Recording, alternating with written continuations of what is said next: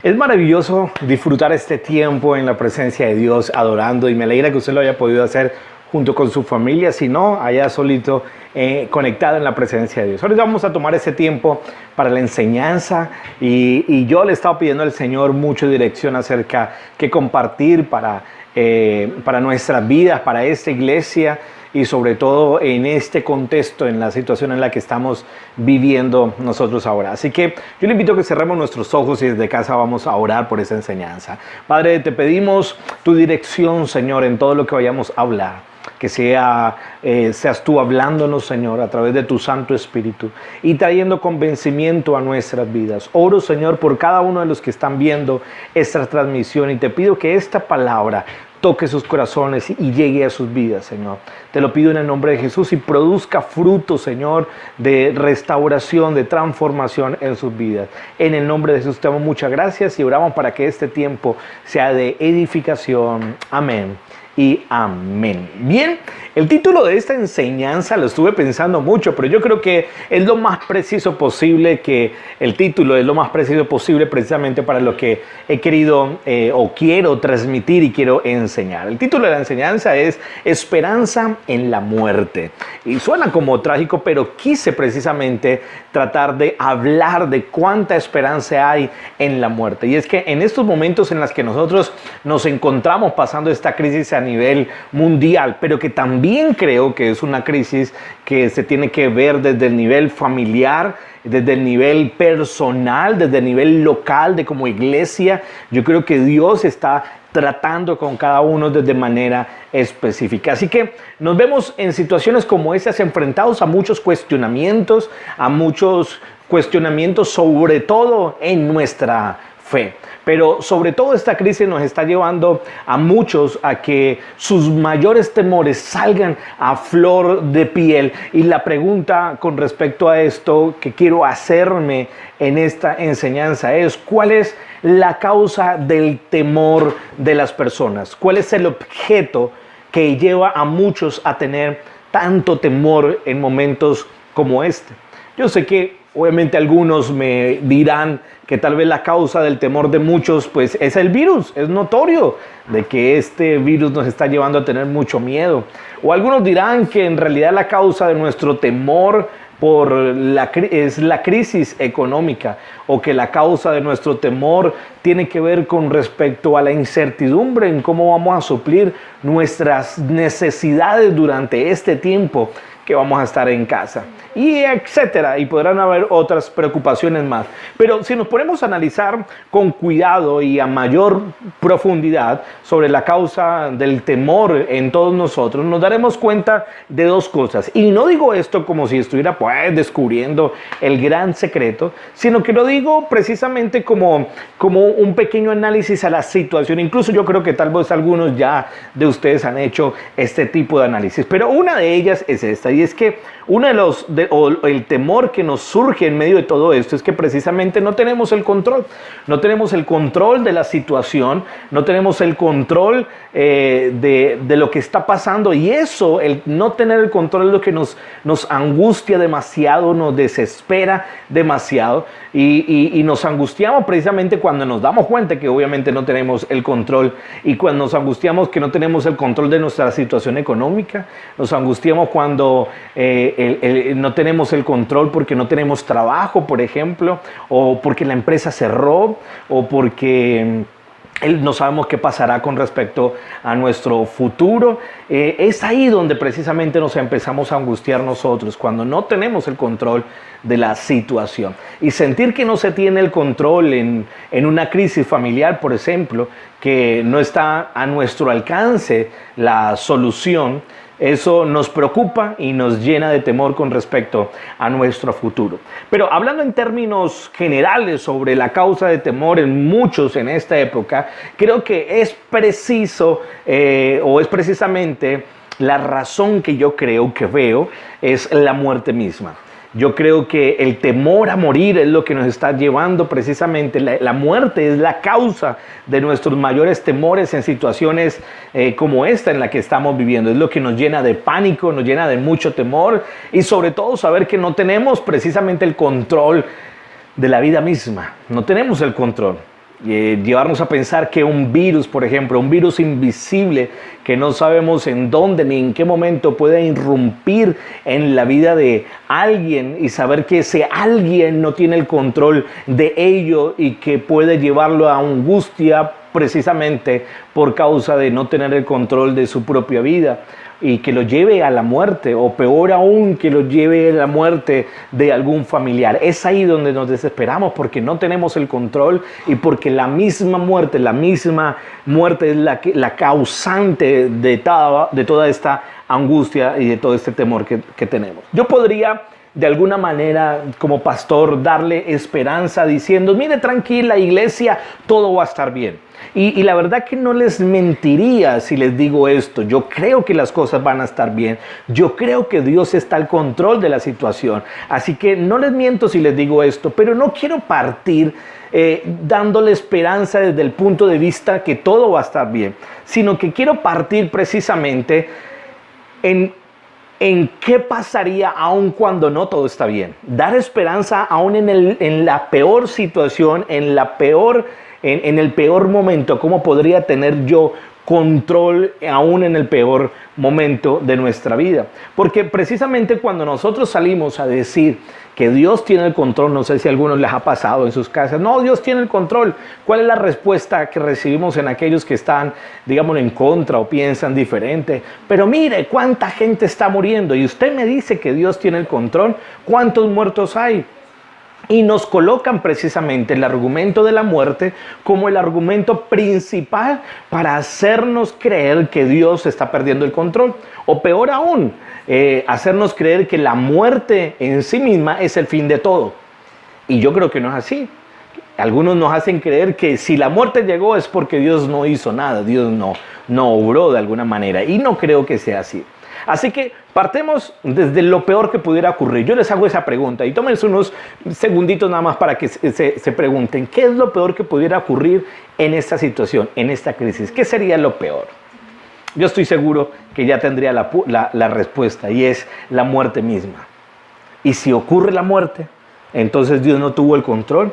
Y si la muerte ocurre, fue porque Dios no hizo nada. Fue porque Dios perdió, porque alguien murió. Esa es la gran pregunta con respecto a la muerte. Pero hoy quiero hablarles precisamente y darles esperanza desde la peor situación que es la muerte, desde el caos, y decirle que incluso en la misma muerte Dios está allí y que incluso hay esperanza en la muerte. Aún en las peores circunstancias, Dios sigue siendo Dios. ¿De acuerdo? Así que espero que sea de esa manera. Así que, ¿cómo ocurrirá esto o cómo es esto? Y permítanme que en este punto, lo que voy a empezar a hablar a continuación, tiene que ver un poco con un poquitico de enseñanza, si se puede decir, pero es la base para lo que quiero hablarles a futuro. Así que cuando a veces me han invitado a mí a algunos funerales, a dar algunas palabras en las ceremonias del difunto, de la persona que falleció, me he preguntado sobre qué decir en esos momentos. ¿Qué puedo decir yo en un momento de tanto dolor, cómo traer esperanza en un momento de muerte? Yo creo que allí en esos espacios fue que Dios me fue hablando y me fue direccionando precisamente y compilar todo esto en esta enseñanza. Y uno de los textos que más me encantan a mí es el libro de Eclesiastés y que incluso lo he utilizado. Eclesiastés capítulo 7, versículo 2 al versículo 4. Eclesiastés 7 del 2 al 4 y lo voy a leer en la Nueva Traducción Viviente. ¿De acuerdo? Dice así: vale más pasar el tiempo en funerales que en festejos. Al fin y al cabo, todos morimos. Así que los que viven deberían tenerlo presente. Es mejor el llanto que la risa, porque la tristeza tiende a pulirnos. El que es sabio piensa mucho en la muerte, mientras que el necio solamente piensa en divertirse. Ahora, analicemos bien estos 3 versículos y yo creo que ahí nos dirá algo fundamental y será base para lo que vendrá a continuación. Versículo 2, mire lo que dice el versículo 2, es interesante. Vale más pasar el tiempo en funerales que en festejos. Al fin y al cabo todos vamos a morir. Y los que vivimos deberíamos tenerlo presente. Así que, ¿por qué es mejor estar en un funeral? Es lo que nos hace allí mención. nos menciona precisamente una verdad, y una verdad fundamental en nosotros, que nosotros posiblemente ignoramos mucho o no queremos aceptarla. ¿Y cuál es esa verdad que es latente y es un principio inquebrantable humanamente hablando? Y nos dice, al fin y al cabo, todos moriremos o todos vamos a morir. ¿Y cuánta verdad hay allí? Todos morimos. A todos los que nos están viendo en esta transmisión, les aseguro que todos en algún momento vamos a partir de este mundo. Algunos morirán por causa de un virus, otros morirán por causa de un accidente, otros morirán por causa de otra enfermedad, otros posiblemente morirán por la vejez, sea cual sea, y no sé cuál sea el cómo vamos a morir, pero lo que sí sé es que vamos a morir, todos en algún momento. Algunos pensarán, no, pero ¿qué es esto lo que el pastor está declarando? No estoy declarando nada malo, estoy dando una verdad que a veces no queremos aceptarla, y la Biblia nos dice, todos vamos a morir. Y la Biblia nos dice ahí en el versículo 2 que los que viven deberían tenerlo presente, deberían estar pensando que en algún momento nosotros vamos a partir. Dios entonces no está al control si llega la muerte. Mira lo que dice el versículo 3. Es mejor el llanto que la risa, porque la tristeza tiende a pulirnos. Así que nos menciona este versículo que el llanto es mejor que la risa, porque la tristeza nos pule a nosotros, nos va a pulir. Y estoy seguro que todos coincidimos aquí en que nosotros hemos aprendido mucho más en esta vida en los momentos críticos, en los momentos difíciles, donde nosotros aprendemos mucho más. Yo creo que en los momentos de crisis aprendemos más que en los momentos de abundancia. En los momentos de crisis nos forma esos momentos. Yo creo que en los momentos de escasez aprendemos a valorar lo poco que tenemos. En la enfermedad valoramos la salud. En la distancia valoramos la cercanía. Incluso en la muerte valoramos la vida. En la pérdida valoramos lo que teníamos. Cuando estamos en un funeral es donde todos reflexionamos y decimos qué corta es la vida.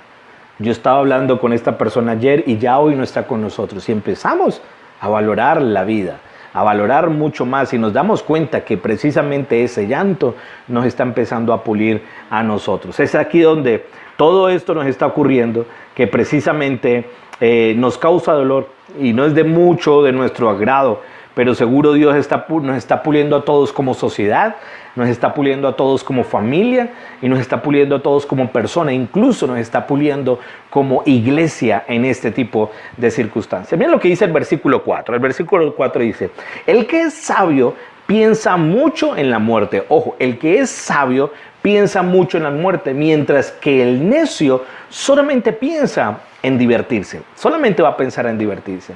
En este versículo nos menciona que la persona sabia piensa en la muerte o piensa mucho en la muerte. Y no hace referencia a que la persona sabia esté pensando en querer morirse o que sea un suicida en potencia.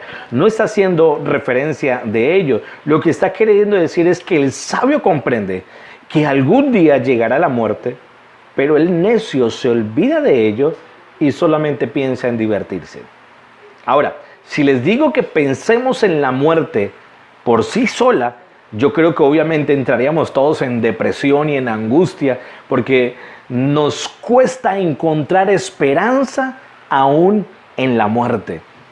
Pero mire lo que nos está enseñando todos estos versículos a nosotros allí, que es una gran verdad. Así que yo quiero que vayamos introduciéndolo un poco más profundo acerca de cómo o cuál fue la causa de la muerte, por qué la muerte entró en la humanidad, cuál es la razón de la muerte. Si yo les preguntara qué escogerían entre morir o vivir para siempre, yo estoy seguro que todos escogeríamos, como yo, vivir para siempre. A nadie nos gusta la muerte, ¿no? Quisiéramos poder vivir eternamente o la eterna juventud. Y en realidad ese fue el plan inicial de Dios. Cuando Dios creó al hombre, fue para que permaneciera eternamente en una relación con Dios. El hombre era eterno, no había plan en Dios que fuera que el hombre muriera.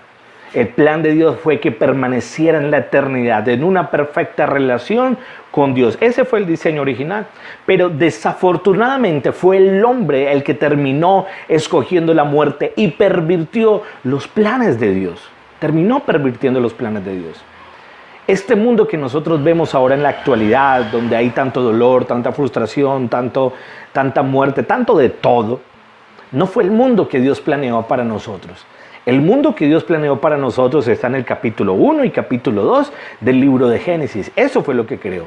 Pero a partir del capítulo 3, ya más o menos, fue cuando el hombre toma una decisión de desobedecer, dejar a un lado a Dios, y todo empieza a pervertirse, todo empieza a dañarse. Es lo que todavía sigue ocurriendo en la actualidad. El hombre deja a un lado a Dios y todo cada vez más va en decadencia, en desazón y en mucho más dolor. Yo me doy cuenta que allí en el paraíso Dios estableció tres tipos de árboles. Yo había pensado que dos, pero leyendo bien nos hace mención de que hay 3 tipos de árboles. Y habían árboles hermosos y deliciosos para comer, dice la Biblia. Pero también estaba plantado allí el árbol de la vida y estaba plantado el árbol del conocimiento del bien y del mal. Mire lo que dice el libro de Génesis capítulo 2 versículo 9. Lo estoy leyendo en la Nueva Traducción Viviente. Génesis 2:9 dice: el Señor Dios hizo que crecieran del suelo toda clase de árboles, árboles hermosos y que daban frutos deliciosos. Mire, ese es el primer grupo de árboles. En medio del huerto puso el árbol de la vida y también puso el árbol del conocimiento del bien y del mal. Eso fue lo que Dios estableció allí, 3 tipos de árboles. Pero Dios le hizo un pedido al hombre, un acto de obediencia, que el hombre obedeciera en una sola cosa. Y mire en lo que le pide Dios que obedezca el hombre. Está en el versículo 16 y el versículo 17 del mismo capítulo 2 de Génesis. Pero el Señor Dios le advirtió: puedes comer libremente del fruto de cualquier árbol del huerto, excepto del árbol del conocimiento del bien y del mal. Si comes de su fruto, sin duda morirás.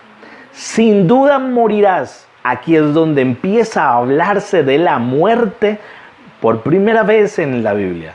Si el hombre comiere del fruto del conocimiento del bien y del mal, es a causa de esa desobediencia que el hombre entonces va a morir.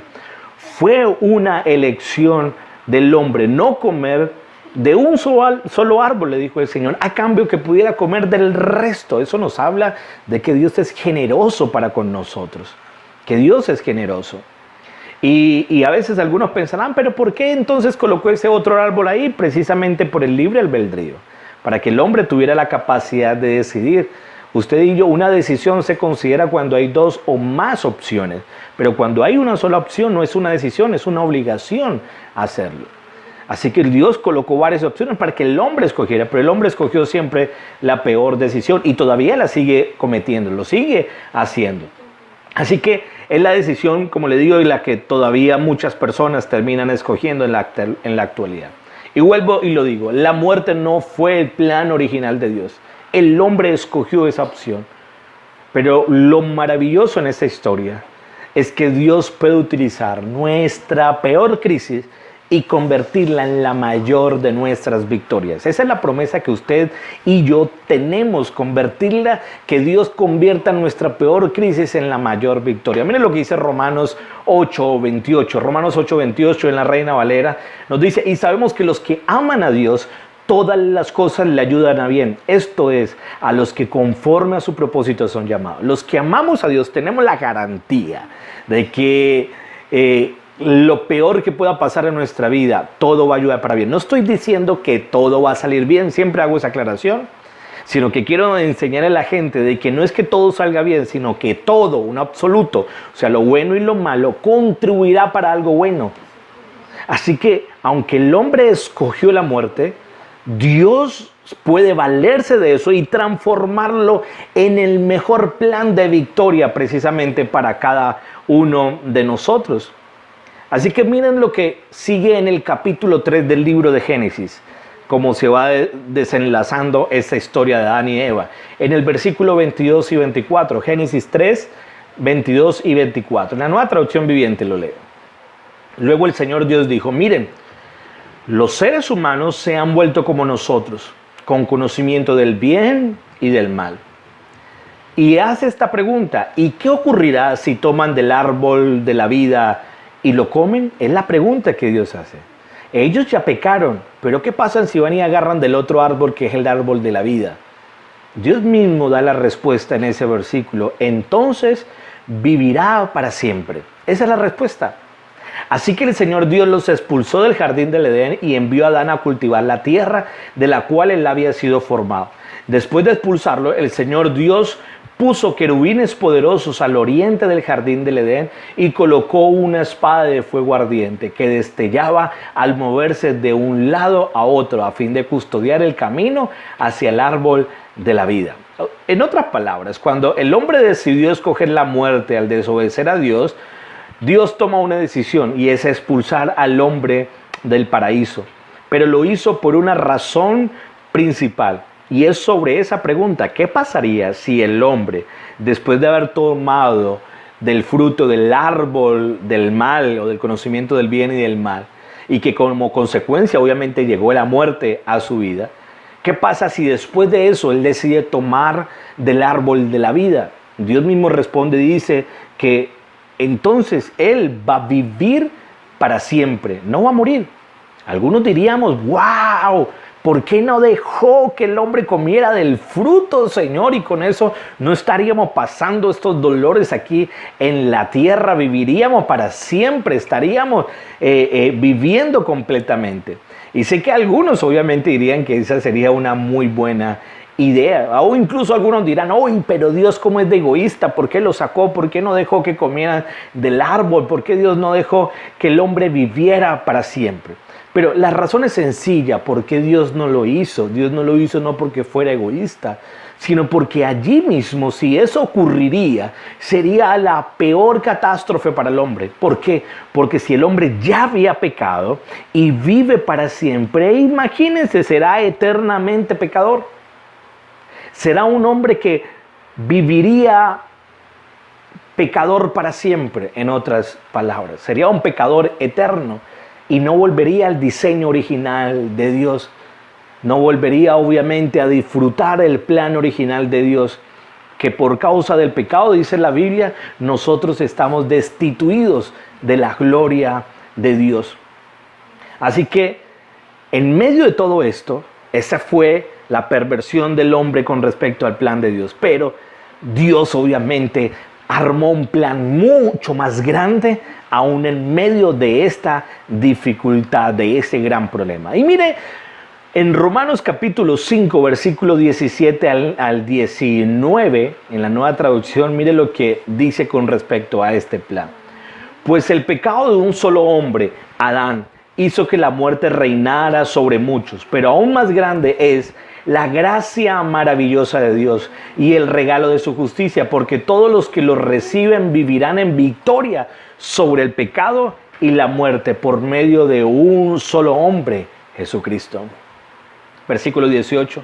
Así es, un solo pecado de Adán trae consecuencia para todos, pero un solo acto de justicia de Cristo trae una relación correcta con Dios y una vida nueva para todos. Por uno solo que desobedeció a Dios, muchos pasaron a ser pecadores, pero por uno solo que obedeció a Dios, muchos serán declarados justos. Así que el plan de Dios fue volver a llevarnos a usted y a mí al diseño original de Dios, y es a una eternidad con Dios. Pero el problema obviamente era el pecado, el mismo que cometió Adán. Y dice en la Biblia que por causa de un hombre que desobedeció a Dios, todos terminamos asumiendo o pagando las consecuencias de ello. Y algunos dirían: pero eso es injusto, ¿cómo es posible que por causa de ese hombre todos terminemos pagando? Bueno, pues también Dios armó un plan y dijo que es la gracia maravillosa de Dios y el regalo de su justicia es mucho más grande que eso. Y dice que así como por un hombre entró el pecado y causó consecuencias a todos, también la Biblia nos dice que por causa de un hombre que obedeció plenamente la palabra de Dios, entonces podemos todos a través de él ser justificados. Y por eso lo importante que usted y yo tengamos a Dios o a Jesús como nuestro Salvador, porque de esa manera somos justificados y perdonados nuestros pecados. Y es lo que la Biblia está diciendo allí, que el plan de Dios fue mucho más grande, fue mucho mejor al establecer a Jesús como nuestro Salvador. ¿Y cómo es esto? ¿Cómo se hará esto? Pues mire lo que dice Juan 3:16, el famoso versículo de Juan 3:16. Pues Dios amó tanto al mundo que dio a su único Hijo para que todo aquel que en Él cree no se pierda, sino que tenga vida eterna, dice el Señor. Así que el plan de Dios es que usted y yo, al aceptar a Jesús como nuestro Salvador, volveremos a una vida eterna, al diseño original de Dios en nuestra vida. Porque desde que aceptamos a Jesús como nuestro Salvador, empezaremos a vivir una eternidad en Dios, desde ya mismo cuando aceptamos a Jesús. O sea, que no vamos a morir, no estoy queriendo decir eso. Que por el contrario, Dios utiliza la muerte como el mecanismo, como el instrumento para volvernos a nosotros al diseño original, y es a una eternidad con Dios. Gracias al perdón de Jesús en la cruz de Calvario. La muerte es el vínculo que nos va a permitir a nosotros. Por eso no dejó que el hombre comiera el árbol de la vida, porque la muerte era lo que va a terminar siendo la conexión nuevamente a vivir en el paraíso, como Dios lo había diseñado desde el inicio, que lo viviéramos o que disfrutáramos de esa manera. Así que desde que aceptamos a Jesús, así es como empezamos a disfrutar. Es ahora que aquí, que ni la muerte puede dañar el diseño original con Dios. Porque aunque la muerte nos llegara a nosotros, sabremos que tendremos esa eternidad con Dios. Volveríamos al paraíso como al inicio, como les decía hace un rato. Así que permítame un poco que usted pueda empezar a imaginarse cómo será el paraíso o el cielo cuando estemos precisamente allí delante del Señor. ¿Cómo será ello? Y mire lo que dice el libro de Apocalipsis capítulo 21 versículo 3 y versículo 8. Apocalipsis 21, 3 al 8 dice: oí una fuerte voz que salía del trono y decía, mire que Juan está escribiendo eso, el apóstol Juan está escribiendo y nos está diciendo a nosotros precisamente, o describiendo acerca de la visión que él tuvo acerca del cielo. Y Dios le dice, oí una fuerte voz que salía del trono y decía, miren, el hogar de Dios ahora está entre el pueblo. Él vivirá con ellos y ellos serán su pueblo. Dios mismo estará con ellos, dice. Él secará toda lágrima de los ojos y no habrá más muerte, ni tristeza, ni llanto, ni dolor.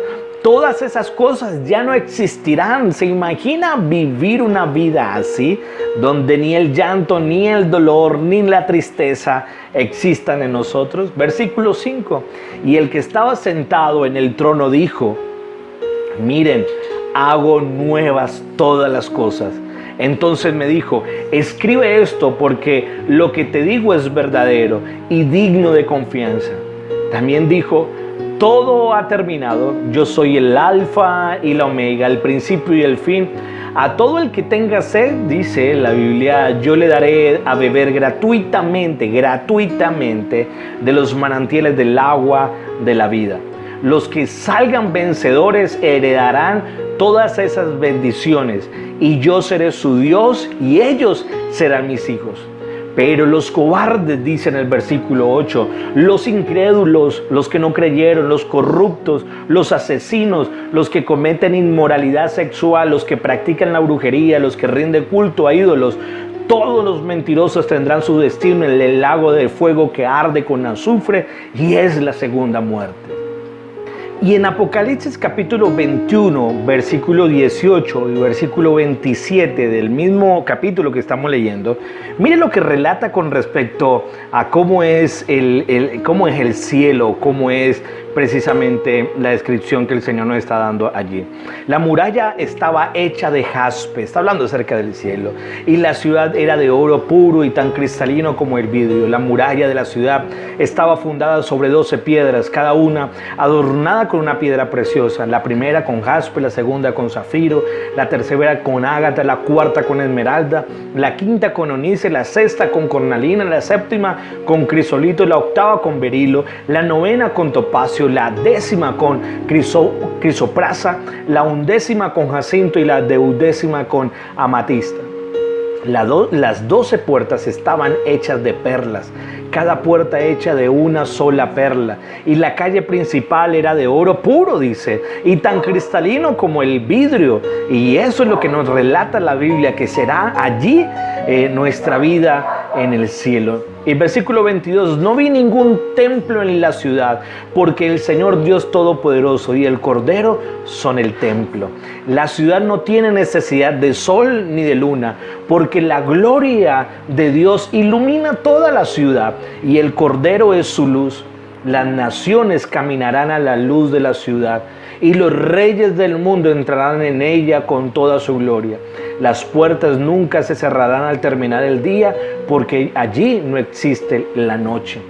Todas las naciones llevarán su gloria y honor a la ciudad. No se permitirá la entrada a ninguna cosa mala, ni tampoco a nadie que practique la idolatría y el engaño. Solo podrán entrar los que tengan su nombre escrito en el libro de la vida del Cordero. Qué hermoso es saber que la muerte no es el fin. La muerte física aquí en nosotros no es el fin de nosotros. Para aquellos que creemos en Jesús, para aquellos que hemos puesto nuestra fe y nuestra esperanza, la muerte termina siendo entonces para nosotros el medio para conectarnos con el diseño original de Dios, porque esa descripción que me dan allí acerca del cielo es similar a como yo leo en Génesis capítulo 1 y versículo 2, todo lo hermoso, y no me refiero a los detalles en específico, sino en cómo fue la intención de Dios para que el hombre disfrutara de semejante abundancia. Y eso es lo que tenemos del otro lado de este planeta. Entonces, como conclusión les quiero decir que en realidad la muerte no es el problema en sí mismo. El problema es cómo usted parte a la muerte. Es el cómo usted está partiendo de este lado a la eternidad. Si está partiendo con Cristo en su vida, el habiendo aceptado que por causa de Él usted es un hombre perdonado, justo, o usted va a partir de este mundo precisamente con la esperanza que Él está en nosotros. Perdóneme que le diga, pero si usted no resuelve la causa de la cual nos estamos alejando de Dios, no disfrutaremos de su plan original. Porque ese sí es el grave problema, que la muerte llegue sin haber creído en el perdón que nos concedió a través de Jesús. Ese sí es un problema. El problema no es que alguien muera, el problema es cómo está partiendo para la eternidad. Porque entendemos que después de la eternidad, después de la muerte, estará la eternidad y el encuentro eterno con el Señor. Pero también en el versículo 8 de ese capítulo 21 nos dice que también habrá una muerte segunda para otros que decidieron no creer, los incrédulos, los cobardes y una lista allí.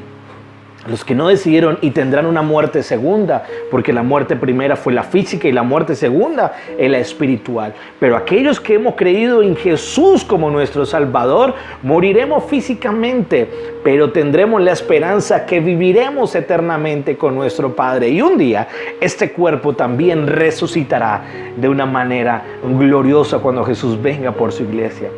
Así que yo quiero animarles en esta mañana que aún usted puede encontrar esperanza en la muerte. Y la mejor esperanza que podemos tener es saber que cuando partimos aún podemos tener vida después de ese lado, pero solo si hemos aceptado a Jesús que fue el que vino a redimirnos del mismo problema del pecado en el paraíso, para que a través de él las mismas consecuencias y la justificación llegara a nuestras vidas. Quiero irles terminando con este texto, si me permiten, en Filipenses capítulo 1, versículo 20 y versículo 26, en la Nueva Traducción Viviente. Y aquí está hablando Pablo a los filipenses, y a mí me parece maravilloso cómo Pablo está relatando esto, y lo voy a tratar de leer lo más despacio y lo más cuidadoso posible. Dice: tengo la plena seguridad y la esperanza que jamás seré avergonzado, dice Pablo, sino que seguiré actuando con valor por Cristo, como lo he hecho en el pasado. Y dice esto: y confío en que mi vida dará honor a Cristo, sea que yo viva. Mi vida dará honor a Cristo, sea que yo viva o muera. Pues para mí vivir significa vivir para Cristo. Y mire lo que dice: y morir es aún mejor. La muerte para Pablo lo consideraba mejor que la vida misma. Versículo 22: pero si vivo, puedo realizar más labor fructífera para Cristo. Así que realmente no sé qué es mejor, dice Pablo. Estoy dividido entre dos deseos. Quisiera partir, o sea, morir, y estar con Cristo, lo cual sería mucho mejor para mí, dice. Para mí la muerte, si me llegara, sería mucho mejor porque partiría con Cristo. Pero por el bien de ustedes es mejor que siga viviendo. Al estar consciente de esto, estoy convencido de que seguiré con vida para continuar ayudándolos a todos ustedes a creer y experimentar la alegría de su fe.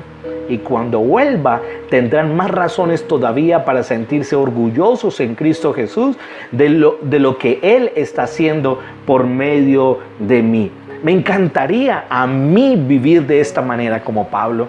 Y es declarar que Pablo dice que si él vive, vive para los planes de Cristo, pero que si él muere, sería incluso mucho mejor para él, ya que se encontraría cara a cara con el Señor, se encontraría con Jesús mismo. La muerte para Pablo no era una cuestión de temor, la muerte para Pablo no era una cuestión que lo llenara de pánico, de miedo. Él sabría que le beneficiaría, ya que estaría nuevamente en el diseño original y es eternamente con Dios.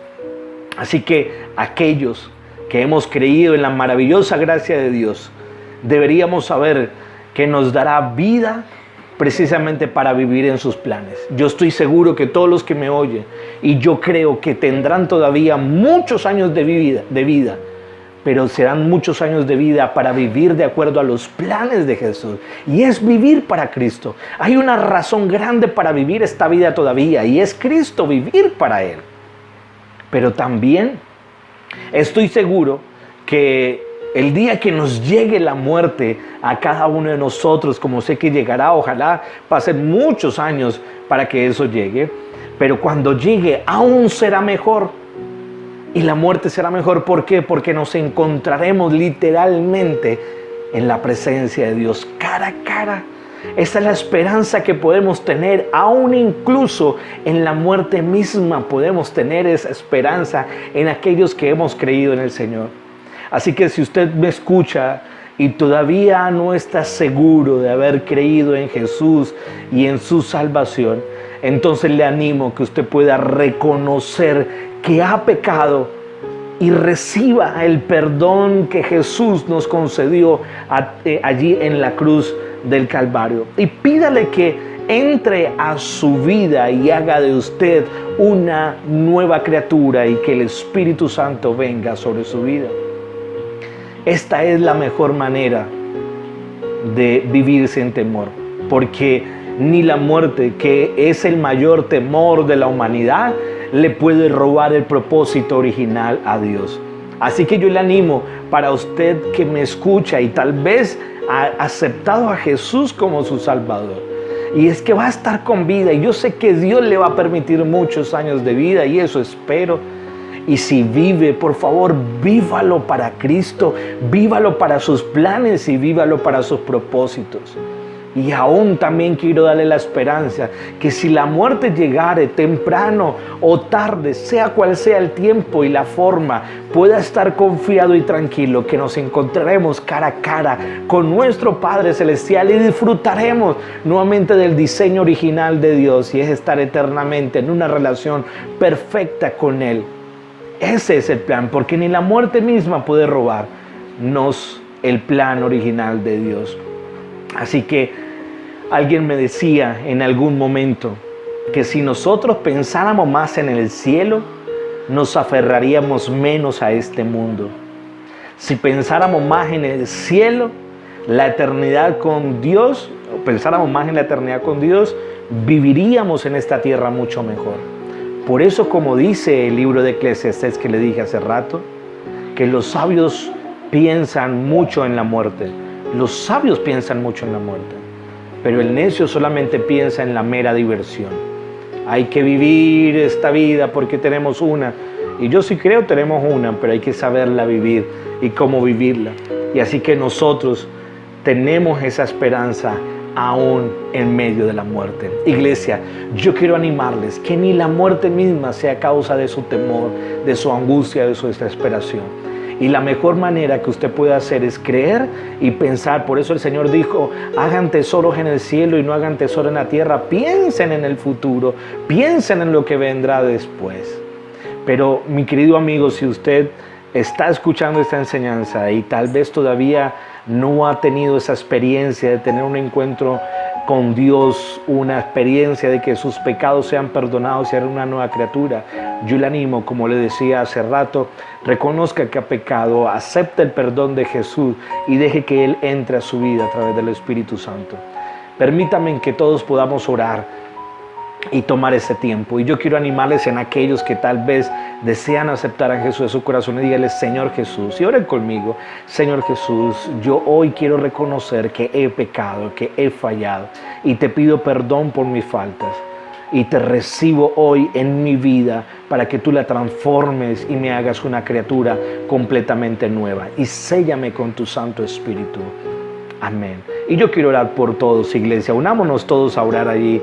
Padre, yo te doy muchas gracias por esta hermosa iglesia, porque permanece, se levanta, Señor, y sé que se levantará mucho más en medio de la dificultad, de la prueba, de la tribulación. Te damos a ti toda la gloria, te damos toda la honra y todo el honor. Yo bendigo a cada persona que ha escuchado esta enseñanza y oro, Padre, para que tú hables a su corazón y hables a su vida, Dios. En el nombre de Jesús te agradecemos y oro, Señor, para que los tiempos que nos quedan de cuarentena, de estar en casa, podamos permanecer aún, Señor, que no venga la desesperanza, la angustia, sino que podamos estar firmes, confiados en ti, Padre. Oro para que también haya provisión en todos. En el nombre de Jesús te damos gracias, Señor. Amén y amén. Iglesia, muchas gracias. Dios me los bendiga. Nos veremos en las transmisiones que tenemos durante la semana y el próximo fin de semana. 1000 bendiciones.